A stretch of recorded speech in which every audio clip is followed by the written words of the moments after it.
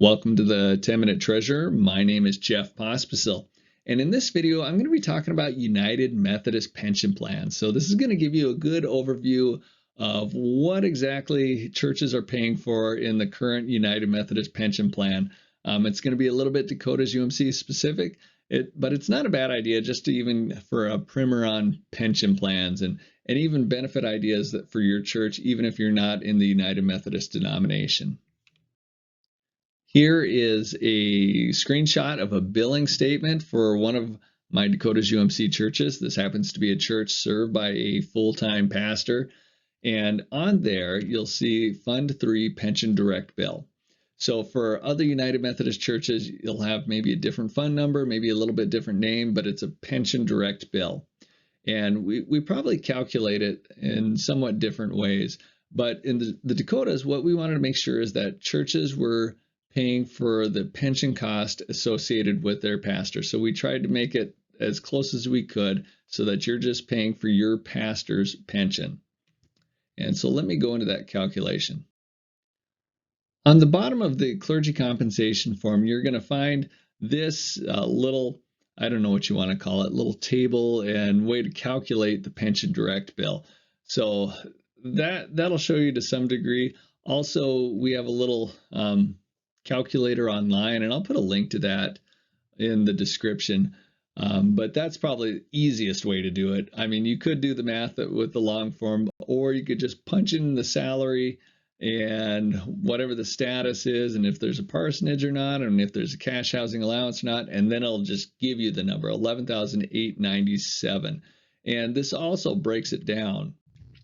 So here's the breakdown of that $11,897. You're going to see a bunch of acronyms, sorry for that, but you'll have the CRISP DB of 5880, the CRISP DC, the CPP, the UMPIP, and then 3% pastor's contribution.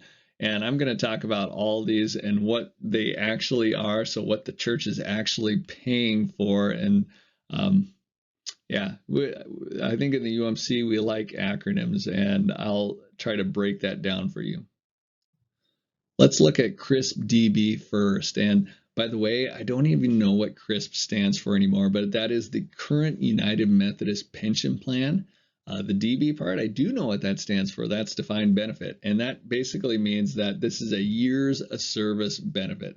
So when you pay that $5,880, that means we are going to make a promise to pay X amount for each year of service for the rest of the pastor's life once they retire. And so it's roughly $750 per year of service. So here's what it looks like. Let's say you have a pastor that has 10 years of service when they retire. And so they retire, they would get $7,500 per year for the rest of their life. And there's a way to include your spouse, but that's beyond this video. So yeah, your $5,880 makes it so that we can promise to pay $750 per year of service for the rest of that pastor's life once they retire. And so where did the $5,880 come from? Well, I get a grand total bill for the CRISP DB, and it's right around $750,000. And what I do is I take the FTE, so the full-time equivalents of all the pastors enrolled for the Dakotas, and I divide that out. And so that's just what it comes out to, is 5,880. So I feel that's fair, and that's what I do. The next one we're going to look at is CRISP DC. And this one, I have 1875 there, but that's based on a pastor with a salary of $50,000 that lives in a parsonage. But this is, the DC stands for defined contribution. And so that means it's going to be a percentage of their compensation. So what it looks like is it's actually 3% of their compensation. And this is going to be similar to a 401k or an IRA. So we're going to put it in an investment account with their name, and they're going to be able to watch it grow. So they get a benefit from the market gains, and they also are hurt by the market losses. But anyway, that's the way it works. And so where did that 1875 come from? Again, this is based on the actual compensation. So for every pastor, unless they're making 50,000 with and living in a parsonage, it's going to change from pastor to pastor. And so it's the salary and cash housing allowance times 3%. So that's if they don't live in a parsonage and they have a cash housing allowance, or it's the salary times 125% times 3%. So that's the salary, and it adjusts it. So if they live in a parsonage, this we add on extra 25%, and that's what brings it up to the equivalent for if they had a cash housing allowance. So, and then we multiply that by 3%, and that's how we get that number. Now let's look at the CPP benefit. And this one I have 1875 too, but this one is also based on the compensation, exactly like CRISP DC. But this one, CPP, again, I have no idea what that stands for, but it's the death and disability benefit. And so for your pastor, for the death benefit, if they die while active, it's $50,000. If they die while retired, it's $20,000. So that's a big help for getting the funeral paid for, as well as probably a little bit left over. There's a lesser amount if the spouse passes away or the dependent child passes away, but it's a pretty good death benefit. And then there is the disability piece. So our disability works with Social Security, so and we help them get through the whole disability application process, because that can be just a pain. But if you qualify for disability, you get 70% income replacement. So think of your salary. Let's say you make $100,000 to make it easy. Your income replacement would be $70,000 or 70%. And this is, it could be if you're permanently disabled, it'll cover you for I guess until retirement. If it's more of a shorter term disability, a lot of times they try to get you back to employment within 2 years is what they aim for, but it's a good benefit. And where did the 1875 come from? So this is the exact same as CRISP DC. So it's salary plus cash housing allowance times 3%, or salary plus parsonage adjustment, that 25% times 3%. And the last one is this UMPIP, and I do know what this stands for. It's United Methodist Personal Investment Plan, and it's kind of, again, like a 401k or an IRA type of thing, where this is the church piece, though. The pastor can make their own personal contributions into it, but there's also the employer side of this, and that's what we're talking about. And this is a boost for the retirement savings. And it comes out of when historically, if a pastor served in the Dakotas United Methodist Conference, they would be on average paid a lower salary. And we still wanted them to retire well. So this was a little boost to their retirement savings, so that hopefully they could retire and not be stressed out too much about financial concerns.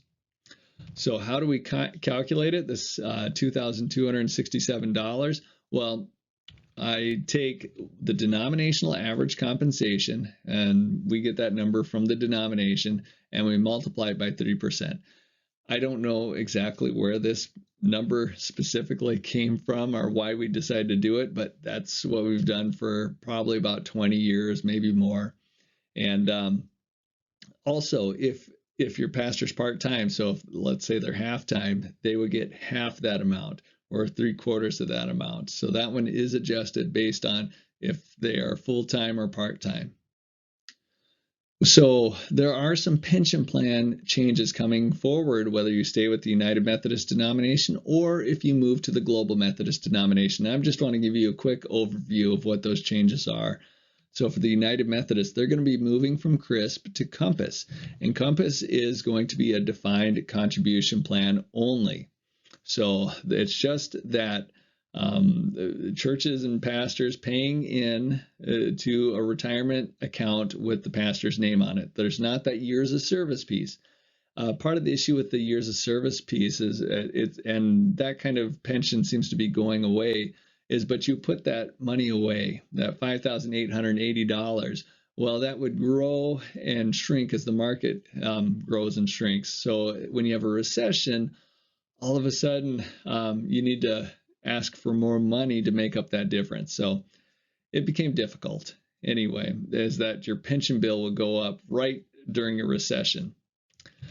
The cost to the Compass plan will be roughly 30% of what it is currently under CRISP, and it should be a very good income replacement. So in retirement, it'll be close to that 100%. Right now, it's closer to over 100%. It's over 100% currently. So it'll be right around that 100% under Compass.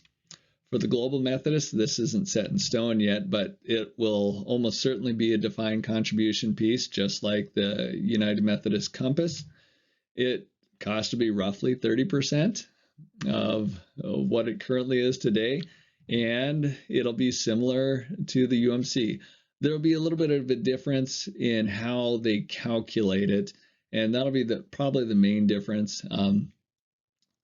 But very similar, whether you stay with the United Methodist denomination or you move to the Global Methodist denomination. Both plans will be managed by Westpath, which so that's positive. They've been managing our pensions, I think, since 1908, and they've done a stellar job. I hope this has been helpful to you to understand the pensions, especially for the United Methodist. And again, if you like this, feel free to let me know in the comments or by liking or subscribing. And this is a ministry of the Finance Office of the Dakotas United Methodist Conference, as well as the Dakotas United Methodist Foundation. God bless you.